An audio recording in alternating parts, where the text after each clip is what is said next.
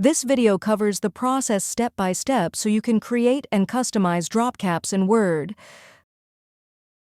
Select the first letter of a paragraph. Go to Insert tab. Click Drop Cap.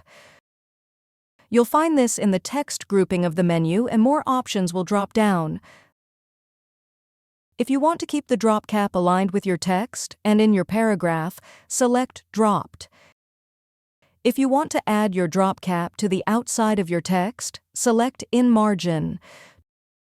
Select an option. Customize the drop cap. Highlight your drop cap. Then go to Insert tab, Drop Cap, and select Drop Cap Options. You'll have some options to customize your drop cap. Font lets you change the font, which will only apply to your drop cap, not the rest of your text. The option of lines to drop will change how big your drop cap appears. Distance from text allows you to change how far away your drop cap is from your text. Click OK when you're done to save your changes to your drop cap.